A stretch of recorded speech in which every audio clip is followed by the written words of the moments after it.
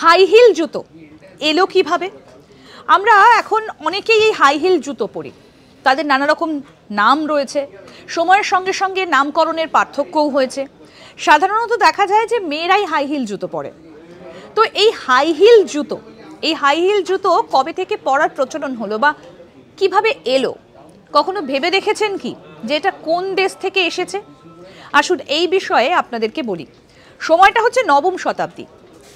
পারস্য থেকে এই হাই হিল জুতোর প্রচলন হয়, কিন্তু সেখানে মেয়েরা পরতেন যে হাই হিল জুতো এমনটা কিন্তু নয়।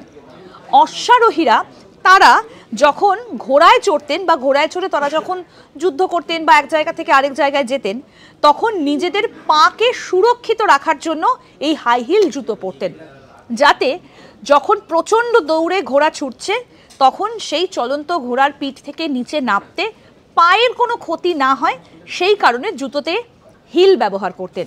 আর এইভাবেই আস্তে আস্তে হিলের প্রচলন, অর্থাৎ পার্সিয়ানরা নবম শতাব্দীতে এই হিল জুতোর প্রচলন করেছিলেন, আর সেটাই রকম ফেরে আজকে হাই হিল জুতোয় পরিণত হয়েছে। দেখতে থাকুন আজ তাক বাংলার ইউটিউব চ্যানেল, সাবস্ক্রাইব করুন।